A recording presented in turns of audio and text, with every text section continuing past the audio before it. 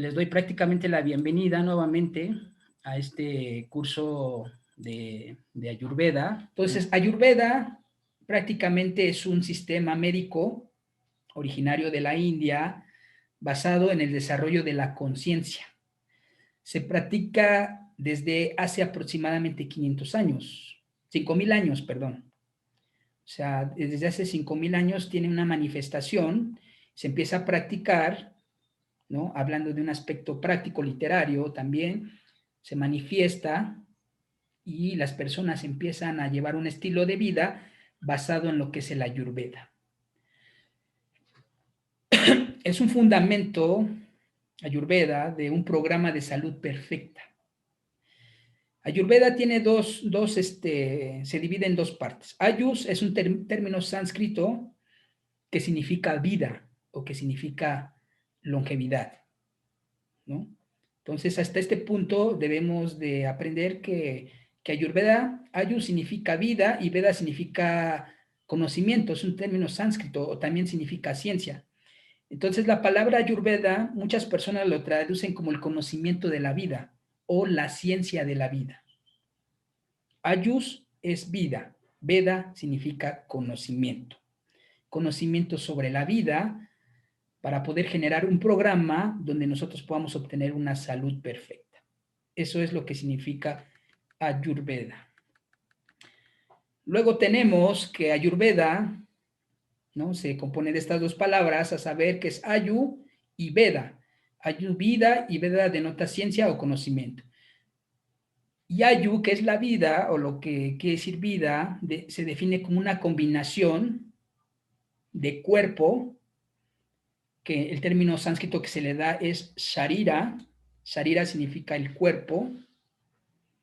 Luego tenemos Indriya, que son los sentidos que tenemos. Tenemos Sattva o Manas, que es la mente. Tenemos Atma, que es el alma o el espíritu. Un cuerpo sin sentidos, un cuerpo sin mente y un cuerpo sin espíritu quiere decir que es un cuerpo muerto. Prácticamente no existe vida. O sea, el Sarira, sin el Indriya, sin el Sattva o Manas, sin el Atma, es un cuerpo muerto.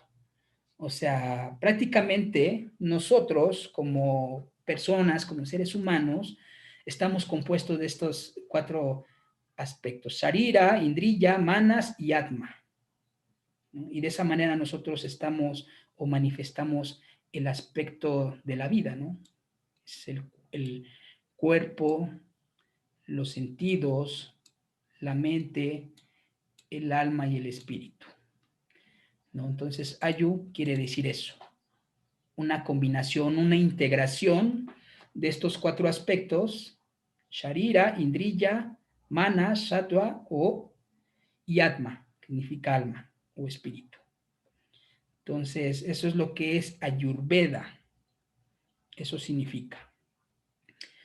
Y antes de empezar a hablar de la Ayurveda, de los doshas y de todo lo demás, que eso lo vamos a ver hasta la tercera clase, primero debemos de conocer algunos aspectos generales de la Ayurveda.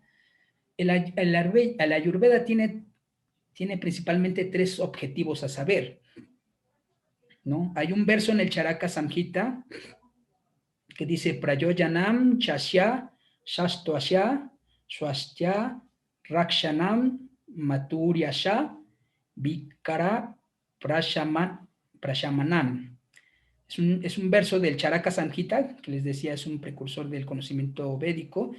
Charaka Samhita 30-20, donde explica estos 3 objetivos de la Ayurveda.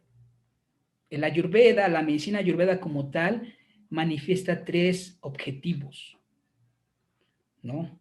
Y estos 3 objetivos, uno de ellos es preservar la salud de las personas sanas, prevenir la enfermedad.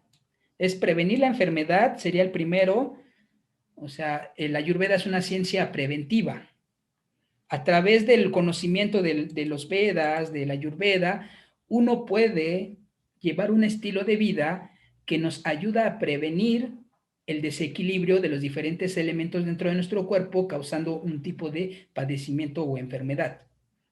Entonces, ese es el primer objetivo de la Ayurveda, ¿no? Prevenir. Para las personas que conocen Ayurveda, aprenden Ayurveda, ese es el objetivo principal, prevenir a través de llevar una alimentación adecuada según la constitución de cada uno de nosotros, etcétera. ¿No? Se dice que la prevención es mejor a la intervención. ¿No? Había una persona que me decía, ¿qué es mejor? ¿Apagar incendios o prevenir incendios? O, lógicamente es prevenir incendios, ¿no? Entonces, este objetivo primario, que es prevenir, se considera más elevado. El segundo tiene que ver con la manutención, ¿no? La manutención de la salud. Bueno, ya uno preserva la salud y, por ejemplo, uno debe de mantener esa salud a través de seguir llevando esos hábitos de una persona que está sana.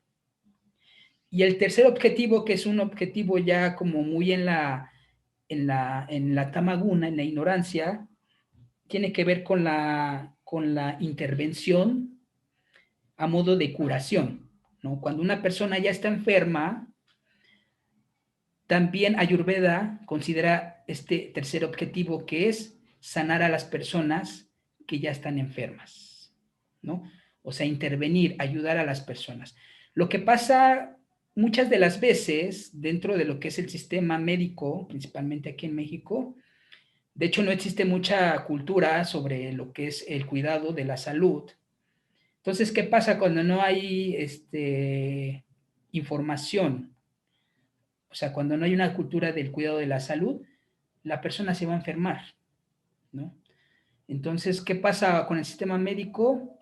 Se encuentra en un objetivo donde este sistema médico, alópata, homeópata, etcétera, incluso Ayurveda, tiene que intervenir, ¿no? En su mayoría, o la mayor parte de la gente se encuentran en este plano, donde están desequilibrados, donde están enfermos y donde cualquier tipo de medicina, ya llámese ayurveda, llámese alopatía, homeopatía, etcétera, tiene que intervenir para regresar a la persona a su equilibrio, a su estado natural y que pueda gozar de una buena salud.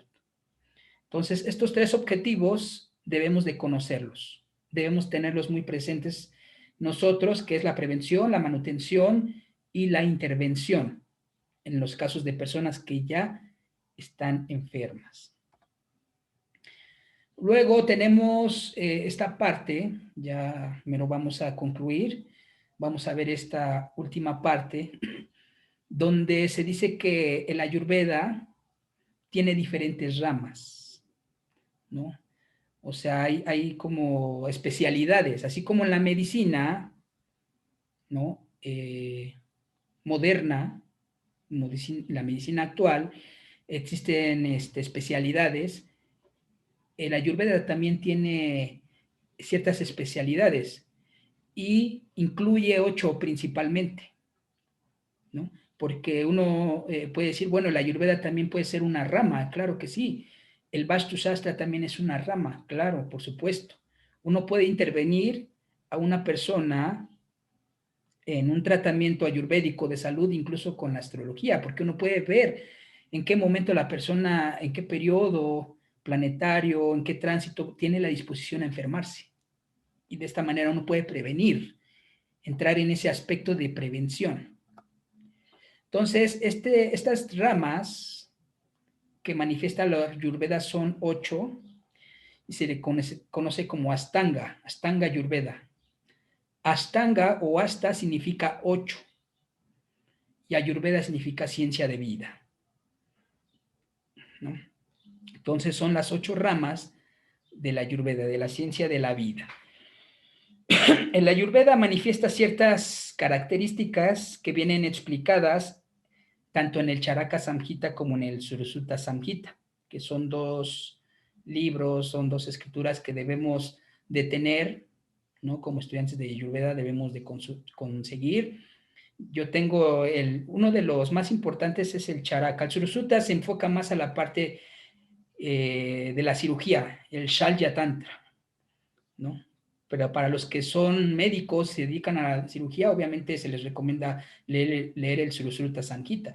Pero nosotros que nos estamos formando como a un nivel general, por ahora, dentro del conocimiento ayurvédico, debemos enfocarnos en el Charaka Samhita. Ahí yo tengo un archivo del Charaka Samhita, es un archivo en PDF. El único inconveniente que puedo ver en él para algunos es que viene en inglés. Entonces, para las personas que no saben inglés, pues bueno, pueden utilizar un traductor y de esta manera conocer el Charaka Samhita. Entonces, una de las características de la Ayurveda tiene que ver con la curación integral. Cuando nosotros generamos un tipo de tratamiento a nivel ayurvédico, este tratamiento tiene que ser de forma integral. O sea, la intervención en cualquiera de los tres aspectos, tanto a nivel de manutención, prevención o intervención, tiene que ser integral. O sea, la curación, los tratamientos deben ser integrales dentro de lo que es el aspecto ayurvédico. ¿Qué significa esto? ¿Qué significa integral? Significa que al ser un diagnóstico, no nos vamos a enfocar directamente en un aspecto particular del individuo, que a veces es algo que se comete, es un error que se comete constantemente, es un error que no se debe de hacer, ¿no? Enfocarse solamente en un aspecto particular de la persona, sino que debemos prestar atención al cuerpo en los síntomas particulares. O sea, se debe de examinar el tipo de constitución del individuo, ese es uno, eso lo vamos a ver más adelante cuando veamos los doshas. Cuando habla del tipo de constitución, estamos hablando de Vata dosha, Pitta dosha, Kapha dosha, que son tres aspectos que caracterizan a una persona basado en los elementos, en los Panchamahabhutas. Entonces, el tipo de constitución tiene que ser examinada cuando uno intervenga a nivel de curación integral. Primero es analizar, examinar el tipo de constitución de la persona o del individuo. ¿Cuál es el otro aspecto que se debe de integrar a esa examinación constitucional? Uno debe de observar el estado emocional en el que se encuentra la persona.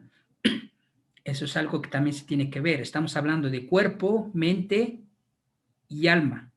O sea, eso quiere decir curación integral. Una persona tiene que observar el cuerpo, tiene que observar la mente, las emociones, y uno tiene que observar el aspecto espiritual.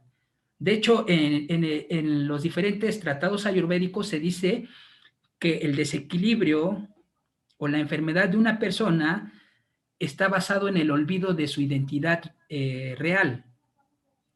O sea, se dice que nosotros somos seres espirituales viviendo una experiencia material en este cuerpo, pero nuestra verdadera identidad es que somos seres espirituales. Y una persona cuando se olvida de esta identidad, ahí es donde se manifiesta la enfermedad, donde se manifiesta el desequilibrio. Entonces, uno debe de tener presente esta integración, cuerpo, mente y alma. Uno tiene que observar el estado más emocional en el que se encuentra la persona. Uno debe de conocer cuál es la orientación espiritual, porque no estamos hablando, cuando hablamos del aspecto del alma, del espíritu, no nos estamos refiriendo a una religión en particular, aunque las personas sí llevan ciertas prácticas religiosas. Hay personas que son católicos, hay personas que son testigos, que son Vaishnavas, que son musulmanes, etc. Pero nosotros en ese aspecto espiritual debemos de enfocarnos en cómo es su orientación, cómo es su práctica espiritual. Y también se pueden tomar otros factores, ¿no?, en cuenta que tengan que ver con su aspecto físico y mental, ¿no? Astrológicamente, el aspecto físico está relacionado con el ascendente, el aspecto mental y emocional está relacionado a la luna, el aspecto espiritual se relaciona al sol. El sol es indicador natural del alma, la luna es el indicador natural de la mente y las emociones, y el signo ascendente es el indicador natural del cuerpo. Entonces, como les decía, todo tiene una relación, tanto a nivel ayurvédico, astrológico, existe una correlación. Si una persona nace con un sol debilitado, con una luna debilitada, con un ascendente debilitado, pues ya podemos ver que la persona va a tener una manifestación de desequilibrio. Entonces deben observar esos tres aspectos. Uno debe de ser integral al momento de hacer un diagnóstico o de intervenir a nivel de curación. Otro aspecto, otra característica de la Ayurveda es la naturaleza psicosomática de la enfermedad. O sea, nos enfocamos en cuerpo, mente y alma, pero también tenemos que enfocarnos en ese aspecto psicosomático de una enfermedad al momento de intervenir. Entonces, en este punto podemos darnos cuenta que las enfermedades no son exclusivamente físicas o psicológicas, sino que las enfermedades físicas pueden afectar la psique y los trastornos mentales afectar la salud física. O sea, escuchen, las enfermedades físicas, el aspecto físico puede generar una manifestación en la psique, o sea, puede generar una afección en la psique. O sea, un ejemplo, vamos a dar un ejemplo, una persona que sufre una amputación, o sea, físicamente le pueden eh, amputar una mano, un brazo, una pierna, esa persona que físicamente es afectada, ese aspecto exclusivo del cuerpo puede afectar la psique de la persona. Y los trastornos, los desequilibrios mentales pueden afectar la salud física. Por ejemplo, un ejemplo de cómo el aspecto, los trastornos mentales o emocionales pueden afectar la salud física es cuando el sistema nervioso, o sea, el aspecto mental, la ansiedad, que es un aspecto mental, que está dentro del aspecto que está regido por la cuestión del sistema nervioso, puede generar un desequilibrio de ansiedad en la persona, que ese efecto de ansiedad en la persona afecta directamente el funcionamiento del cuerpo. Una persona que es ansiosa por naturaleza va a tener problemas a nivel de estreñimiento, va a tener problemas en el intestino delgado, intestino grueso y en el colon, ¿no? O sea, la parte mental, la parte emocional, psicológica, puede afectar también la salud física. Estos dos aspectos no deben separarse, ya que es un error muy grande. O sea, siempre debemos de tener en cuenta estos dos aspectos. Y eso pasa mucho, ¿no? En la medicina, ¿no? Bueno, te duele el brazo o te duelen las rodillas, ¿no? Te dan un medicamento, ¿no? Un analgésico para calmar el dolor. Pero a lo mejor ese dolor de rodillas también tiene un origen psicosomático, ¿no? Que es lo que nos dice la Ayurveda. No debemos de separar. Siempre hay un efecto de desequilibrio que se puede manifestar físicamente, dolor de rodillas, pero que tiene un origen que va más allá de ese aspecto físico. Entonces, todo esto lo recomienda la Ayurveda, ¿no? Según el Charaka Samhita, como les decía, la principal causa es el olvido de nuestra verdadera identidad. Debemos de nutrir mucho la parte espiritual. Más adelante en el curso vamos a ver cómo nutrir los diferentes tipos de cuerpos, el cuerpo causal, el cuerpo físico, etc. Es en los últimos, en las últimas clases, ahí ¿cómo se dice? En el temario que les di. Ay, perdón. Me equivoqué. Todavía no terminamos el Ashtanga Ayurveda. Entonces, otra característica de la Ayurveda es el poder fortalecer el sistema inmunológico y llevar un control sobre lo que es la dieta. O sea, la Ayurveda recomienda el fortalecimiento del sistema inmune a través de la alimentación para reducir la propensión a las enfermedades.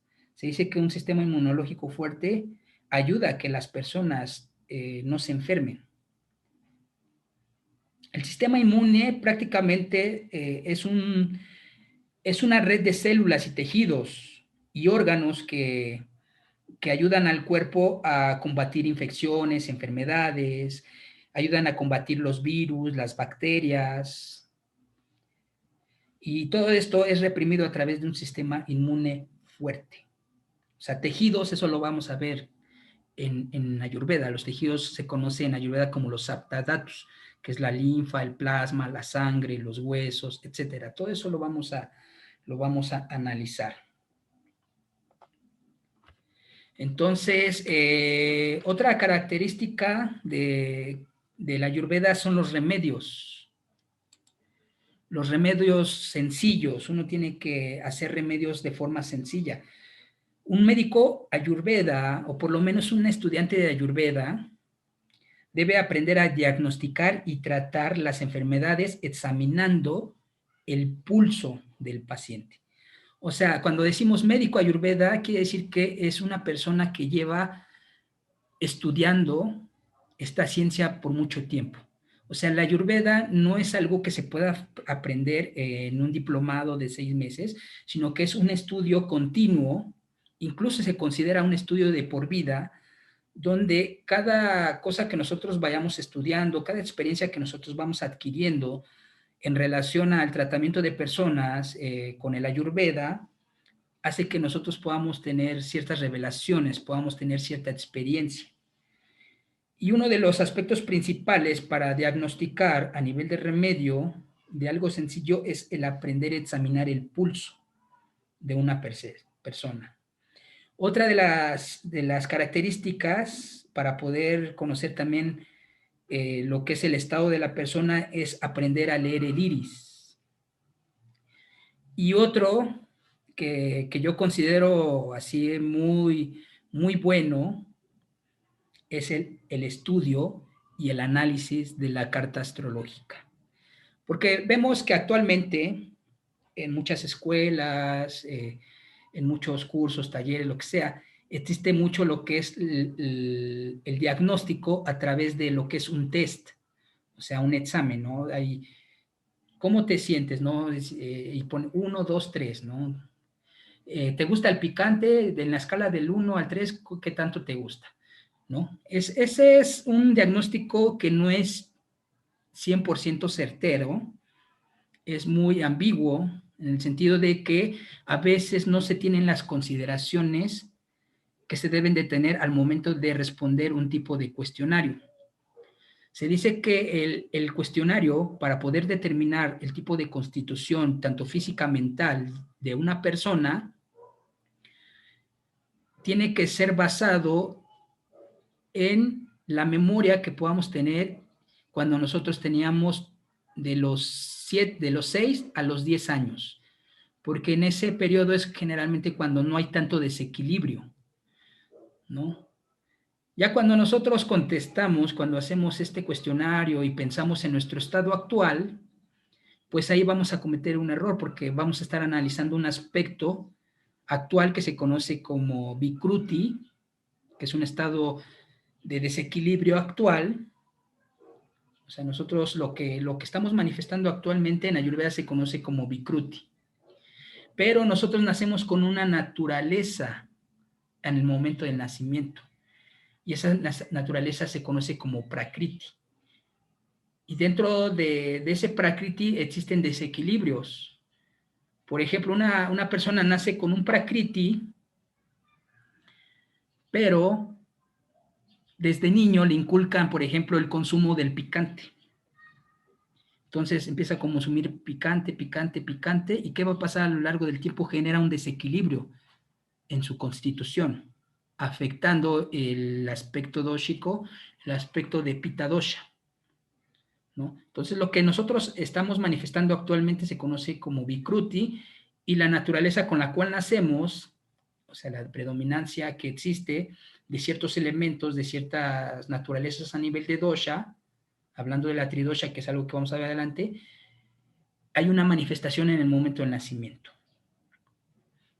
Entonces, pues los remedios es justamente analizar el pulso, el iris, y también analizar la carta astrológica. Se puede hacer el test, pero hay que analizar, hay que responder, perdón, en base a lo que nosotros recordamos de los 6 a los 10 años. De hecho, igual se los voy a mandar, ¿no? Es un test que, pues bueno, no es muy confiable, pero igual pueden usarlo como práctica.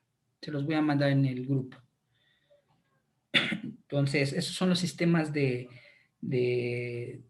diagnóstico, de cierta forma. Otro de las características de la Ayurveda, pues es es que, por ejemplo, el Ayurveda genera lo que es un tratamiento, conlleva un tratamiento sistemático. O sea, se basa en un tratamiento sistémico y no sintomático. ¿Qué quiere decir? ¿No? Que sintomático. Quiere decir que la Ayurveda se dirige a la raíz, ¿no? Como lo decíamos. Porque puede haber un tipo de manifestación, un tipo de problema, de desequilibrio en una persona, pero ese desequilibrio es una manifestación, a veces incluso física, de algo que está sucediendo más profundamente. Entonces, el Ayurveda actúa a nivel de tratamiento sistémico. Quiere decir que va a la raíz, no solamente se enfoca en los síntomas, ¿no? Porque uno puede decir, es que me duele la cabeza, ¿no? Cualquier persona puede decir, pues tómate una aspirina, ¿no? Está yendo a la parte de los síntomas nada más, pero no está yendo a la raíz, a la causa, ¿no? De por qué tiene dolor de cabeza, cuál es el origen de la migraña en esa persona. Entonces, son algunas características, algunas consideraciones que tiene la Ayurveda en relación a la intervención. Luego, en esta diapositiva estamos viendo que existen 8 ramas. La primera rama se conoce como Kaya Chikitsa, que tiene que ver con lo que es la medicina, ¿no? General, que es algo que nosotros vamos a enfocar. Nos vamos a enfocar en el Kaya Chikitsa, que es la medicina general. Y bueno, pues todo tiene un significado, un simbolismo. Kaya significa Agni, y Kaya Chikitsa significa el tratamiento del acné. Se dice que parte de la salud, el bienestar de una persona radica mucho en el fuego digestivo. Una persona que tiene un fuego digestivo bueno, una persona que tiene un buen fuego digestivo, difícilmente se va a enfermar, porque ese fuego digestivo hace que todas las toxinas del cuerpo sean consumidas, y las toxinas del cuerpo también llegan a ser causas de enfermedad o causas de manifestación de trastornos físicos, ¿no? Porque las toxinas se pueden dar a través de una mala alimentación, de generar ciertas emociones, ansiedad, estrés, etcétera. Entonces, el acné es primordial tratarlo dentro de lo que es el aspecto ayurvédico. Se dice que una persona que tiene un buen fuego digestivo va a tener la capacidad de convertir el veneno en néctar. Una persona que tiene un fuego digestivo débil es una persona que va a convertir el néctar en veneno. O sea, hay personas que si tienen un fuego digestivo, y aunque coman alimentos de calidad, que puedan comer alimentos buenos, pero si el fuego digestivo no es bueno, esos alimentos, a pesar de que sean buenos, que sean nutritivos, se convierten en veneno. Y una persona que tiene un fuego digestivo fuerte puede convertir incluso ese veneno en néctar. Entonces, esa es la consideración. Entonces, el cuerpo está constituido por el tridosha, que en la medicina moderna se conoce como el sistema metabólico, anabólico, catabólico, etc.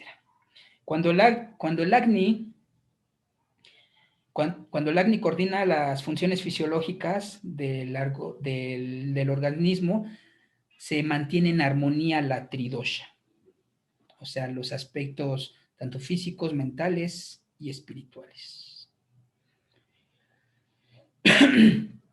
Y de la misma manera, se mantienen en armonía lo que son los saptadatus, los 7 tejidos, la linfa, el plasma, la sangre, los músculos, los huesos, la médula y el semen, el óvulo.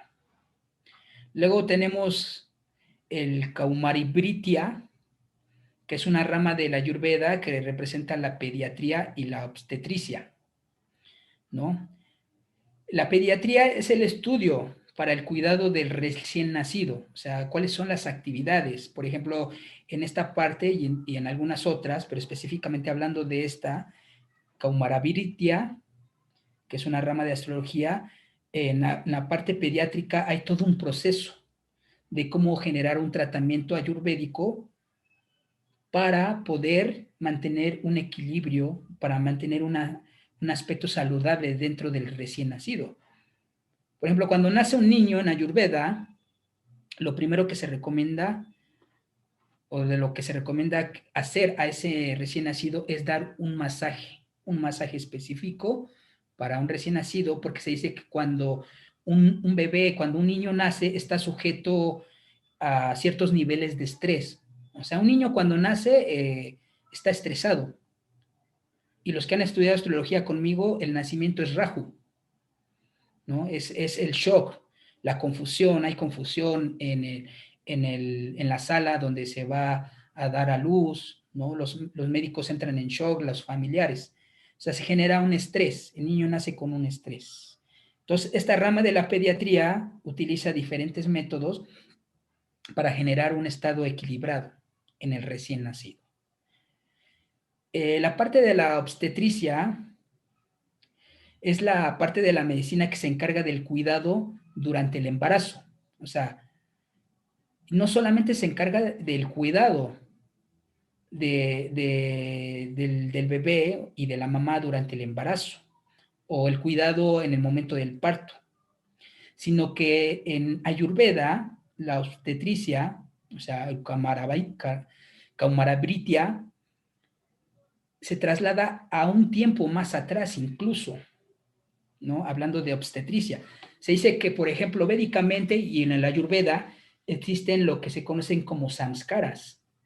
Samskaras son ciertos rituales, son preparaciones previas donde, por ejemplo, se escoge un día específico para poder procrear, se hace un ritual previo, una ceremonia de fuego para proteger al niño, para que todo, o sea, ya incluso antes de que la mujer pueda y el hombre quieran procrear, se hace todo un proceso de purificación, se hace un proceso de ritual para que el niño nazca fuerte, para que el niño nazca saludable, ¿no? Por ejemplo, cuando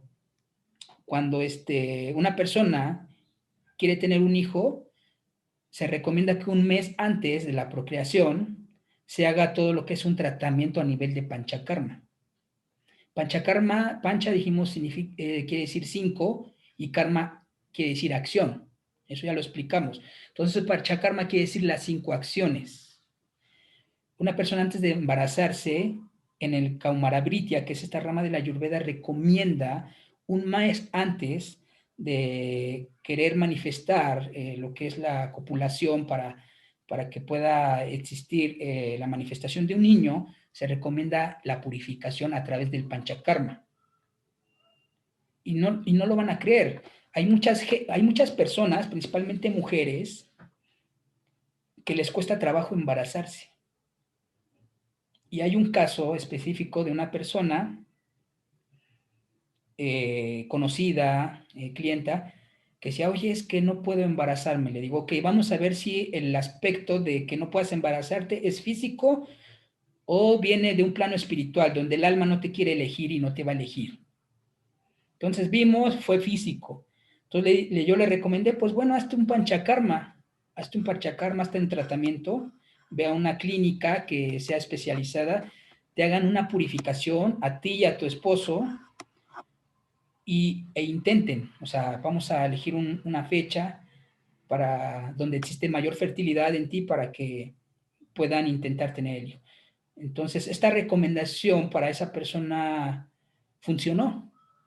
O sea, mágicamente, se podría decir, o sea, después de que se le dio la recomendación de hacer un panchakarma, que esta rama de la Ayurveda, Kaumara Britya, es el primer aspecto que recomienda antes de tener un hijo, hacerse un panchakarma.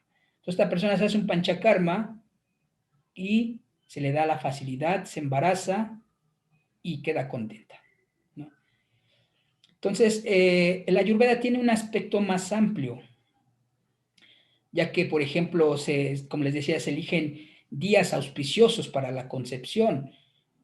Por ejemplo, no sé si la medicina alópata o homeópata considere esto, ¿no? Que puede haber un día donde puede haber influencias más auspiciosas, debido a que védicamente se explica, y ayurvédicamente, y a nivel de astrología, que el nacimiento de un niño puede generar una influencia en la familia donde nace.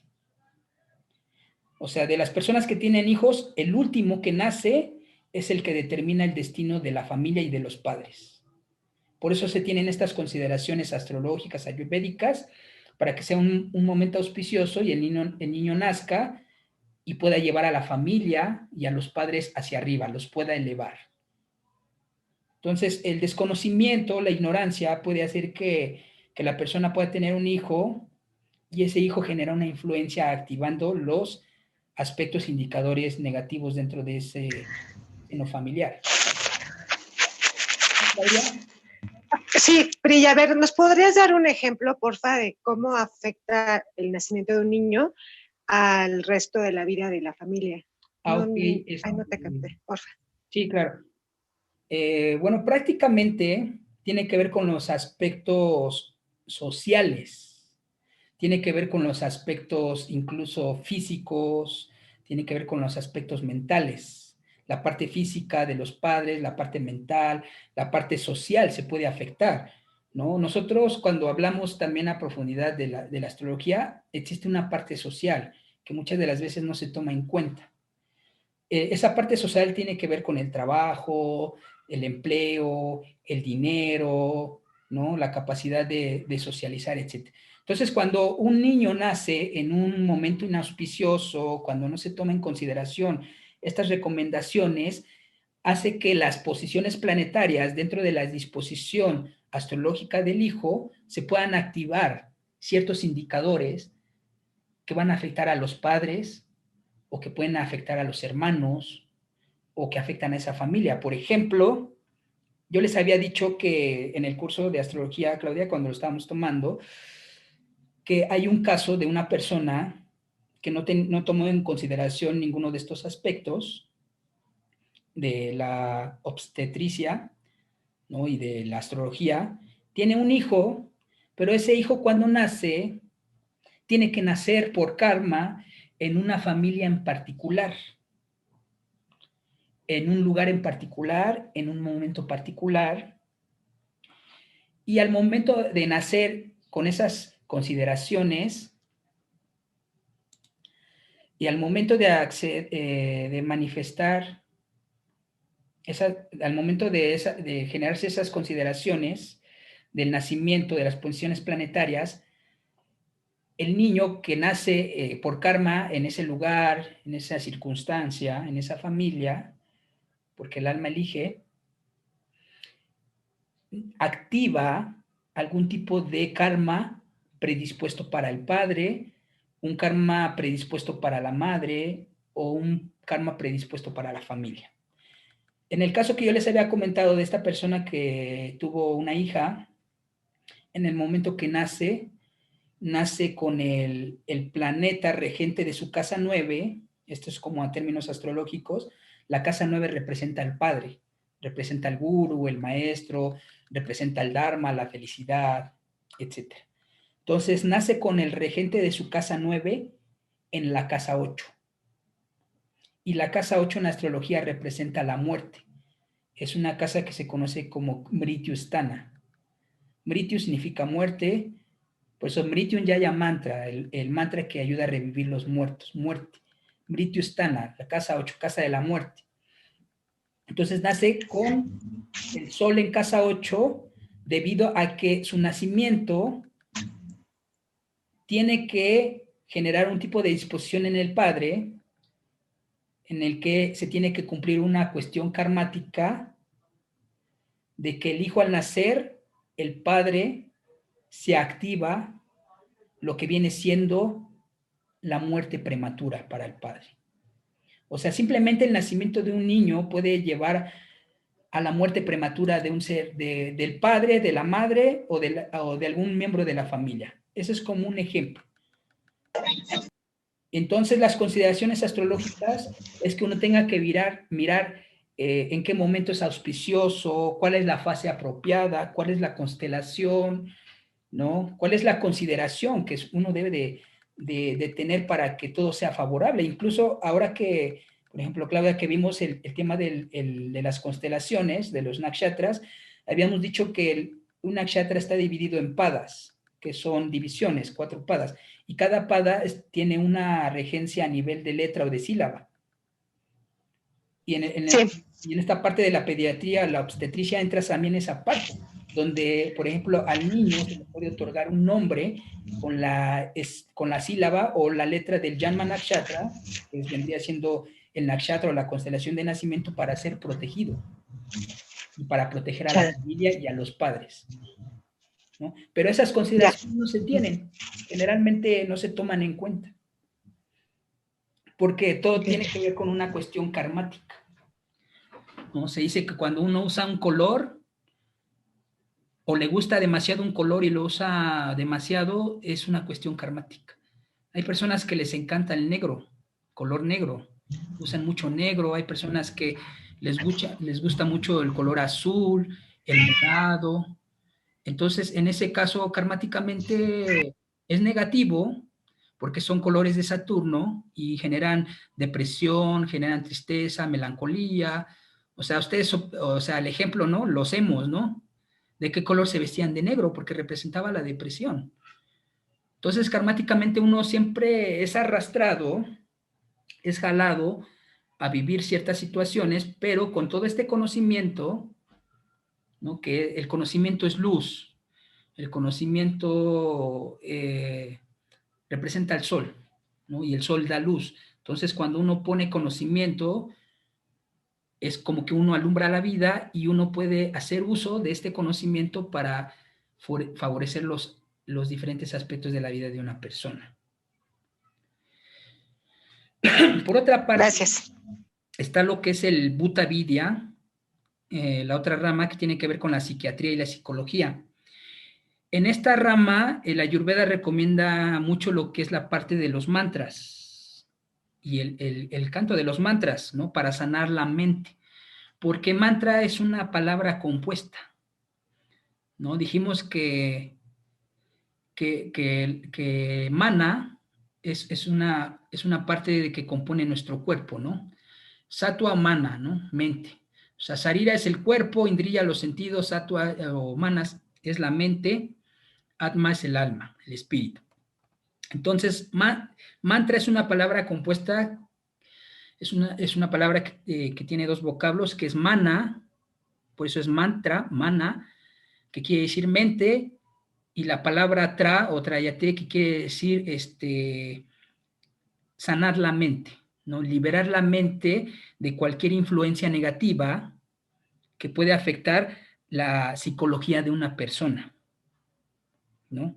Entonces, el Bhuta Vidya se enfoca principalmente a lo que es el tratamiento psicológico y psiquiátrico de las personas. Obviamente también entra la parte de la psicología, como la conocemos, también tiene que ver mucho, pero uno de los aspectos o consideraciones que toma el Bhuta Vidya es el canto de mantras, ¿no? Entonces, se dice que la mente, astrológicamente tiene una relación con la luna. Y si nos damos cuenta, la luna tiene dos caras. La luna tiene una parte luminosa, que es la parte como más positiva de la luna, y tiene un lado oscuro, ¿no? La luna tiene un lado oscuro. Y dentro de ese lado oscuro existe una disposición donde se pueden albergar influencias sutiles negativas en la mente de la persona, generando trastornos psicológicos o ya a un nivel psiquiátrico, ¿no? De locura, ¿no? Y bueno, hay diferentes tratamientos. En estas ramas se utilizan diferentes técnicas, diferentes metodologías. Por ejemplo, aquí en esta parte se usa mucho la terapia Nasha, ¿no? Nasha significa nariz, ¿no? Entonces, usan mucho lo que es la ingesta de lo que es el Raksha. Raksha significa polvo o ceniza. La ingesta, bueno, no sé cómo se diga, la inhalación, o sea, inhalan lo que es Raksha, polvo de plantas medicinales a través de la nariz para tratamientos psicológicos y psiquiátricos en esta rama de la Ayurveda. Es muy amplio, no vamos a, en este diplomado no vamos a ver las diferentes ramas. Eso lo podemos ver después, podemos profundizar en cada una de estas ramas para tener conocimientos generales de la Ayurveda, ¿no? Porque si alguien realmente tiene el deseo de formarse como un terapeuta a nivel ayurvédico, van a haber personas que van a llegar, por ejemplo, que están embarazadas, que quieren embarazarse, que tienen algún tipo de problema psicológico, psiquiátrico, tienen un problema a nivel toxicológico. Entonces, conociendo aspectos generales de estas ramas, uno puede generar una intervención. La otra parte es el Shalakya, ¿no? Shalakya Tantra, ¿no? Tiene que ver con la otorrinolaringología y la oftalmología. La otorrino tiene que ver con la intervención de las enfermedades que se pueden generar del oído, la nariz, la garganta, etcétera, ¿no? Y la oftalmología es el estudio de las enfermedades de los ojos. De hecho, muchas de las consideraciones a nivel de desequilibrio tiene que ver con los diferentes elementos. Y en astrología se dice que los elementos que más desequilibran y que pueden causar un tipo de enfermedad es el elemento fuego y es el elemento aire. Hay tipo de enfermedad aire y fuego principalmente. O sea, el agua también genera desequilibrio, pero hablando principalmente de los planetas maléficos, Saturno, Rahu representa el elemento aire, Marte, Ketu representa el elemento fuego. Es algo que vamos a ver después. Luego tenemos el Shalya Tantra o el Shalya Chikitsa, que tiene que ver con un aspecto más a nivel de cirugía, que es algo que ya se conocía en la antigüedad, no es nada nuevo. O sea, la cirugía ha existido a lo largo de los años, ¿no? Por ejemplo, uno ve que existen los trasplantes, ¿no? Trasplantes de órganos. Y uno dice, oh, ya hay trasplantes de corazón, oh, ya hay trasplantes de esto, del otro. Pero eso ya existía. De hecho, dentro de las mismas historias de los Puranas, se habla de los trasplantes. Y bueno, de los que ya tienen un poquito de conocimiento de todo esto, hay un aspecto, hay como una deidad, ¿no? Que puede indicar que en la antigüedad ya existían los trasplantes. ¿Alguien sabe quién es? Por ahí, estudiantes. No, No, maestra. Sería Ganesh. ¿Recuerdan el pasatiempo de Ganesh que Shiva, su padre, le corta la cabeza? ah, sí, sí. Y los ganas van a conseguir una cabeza y lo primero que encuentran Ay, sí es cierto. y se la ponen. O sea, en esos pasatiempos, en esas historias, ya se habla de estas consideraciones de los trasplantes. O sea, no es nada nuevo. Obviamente era en otro momento, en otra era, donde había más virtudes, donde había otras consideraciones, pero todo esto ya existe.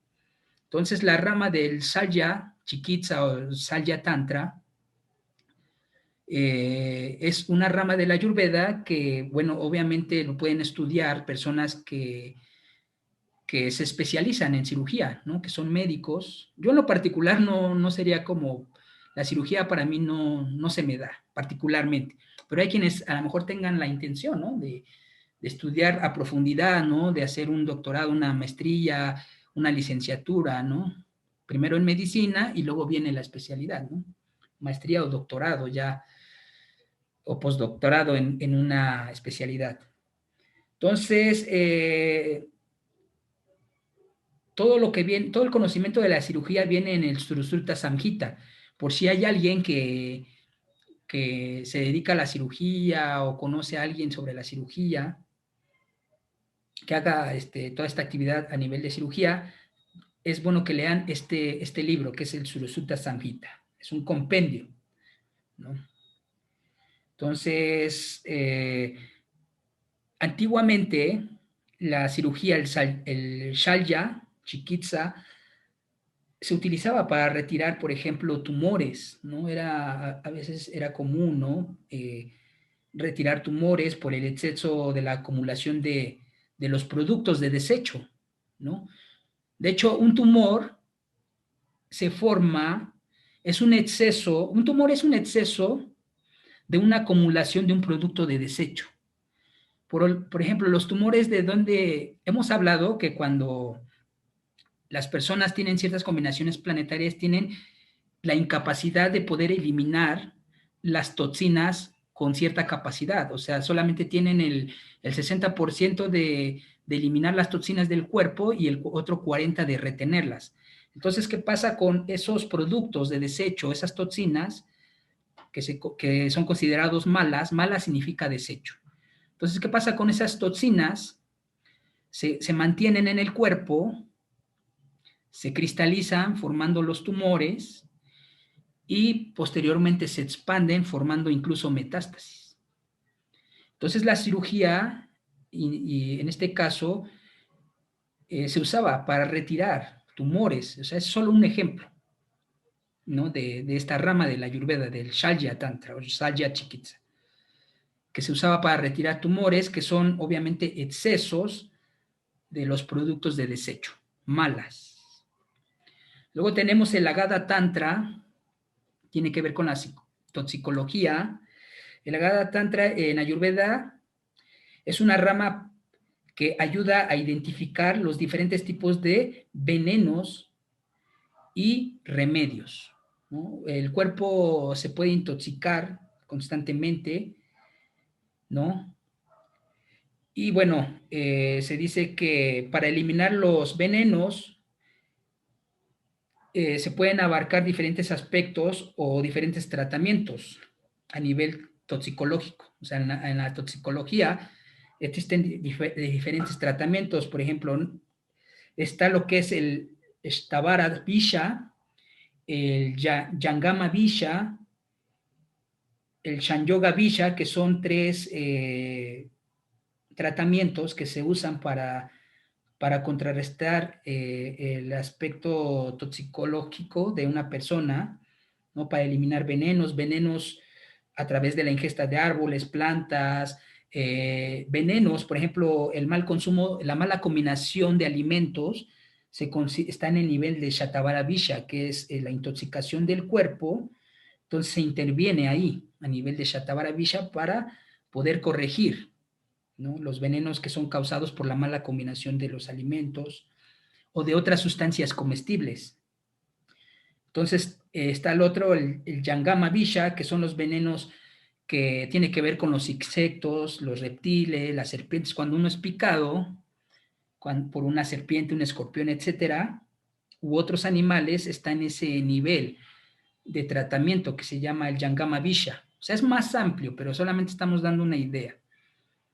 Entonces, en esta parte de la toxicología existe ese proceso para contrarrestar el efecto toxicológico de los venenos que vienen o que provienen de reptiles, animales, insectos, de cuestiones externas como animales, ¿no?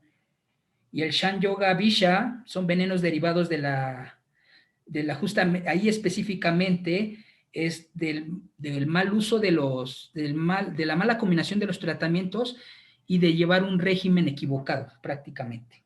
un régimen de vida donde, por ejemplo, uno no lleva un régimen relacionado a ciertas consideraciones, generando dificultades, problemas a nivel de toxinas en el cuerpo y que incluso puede intervenir, en este caso, esta parte de la toxicología, cuando se mezclan equivocadamente los medicamentos. Porque a veces hay personas que se autorrecetan, ¿no? Dice, voy a tomar esto y voy a tomar el otro porque me duele la cabeza y tengo inflamado esto, o me siento deprimido, pero me dolió la cabeza, voy a tomar esto, etcétera. O sea, hacen una combinación de medicamentos, de sustancias que envenenan el cuerpo. Por ejemplo, los que son médicos, por ahí, un ejemplo, bueno, yo he visto este ejemplo que supuestamente es negativo, a ver si me lo confirma alguien que sea médico, combinar analgésicos con antidepresivos. ¿Eso es correcto? ¿Se puede? ¿Se considera apropiado? Ahí los doctores, que son doctores.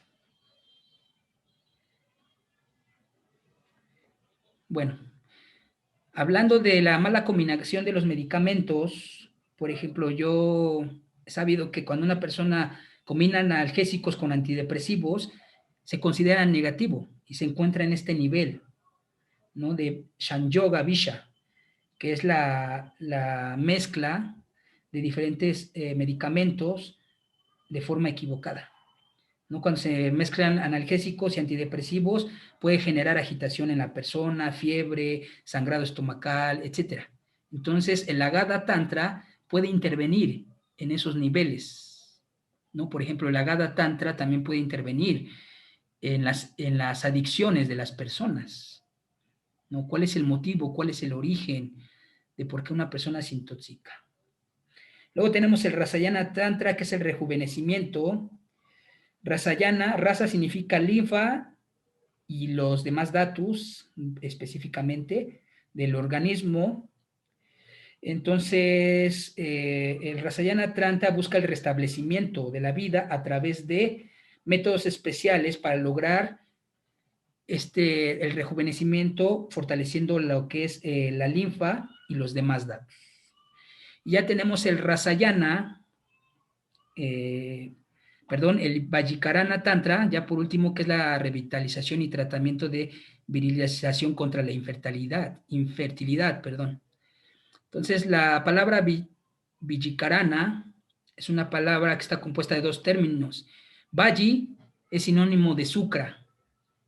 O sea, otro nombre que se le da a sucra es Vaji, que significa semen. Y Karana es aquello que mejora. O sea, una palabra sánscrita puede tener diferentes significados.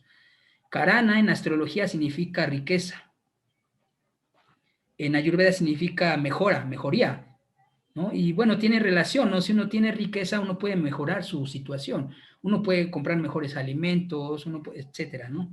Entonces, Vajikarana prácticamente se enfoca a tratamientos para las personas que padecen infertilidad. Aunque astrológicamente, como algunos lo saben y algunos no, en astrología se puede observar si una persona va a tener hijos o cuál es la causa del que no pueda tener hijos, si es una causa física o una causa más a nivel espiritual.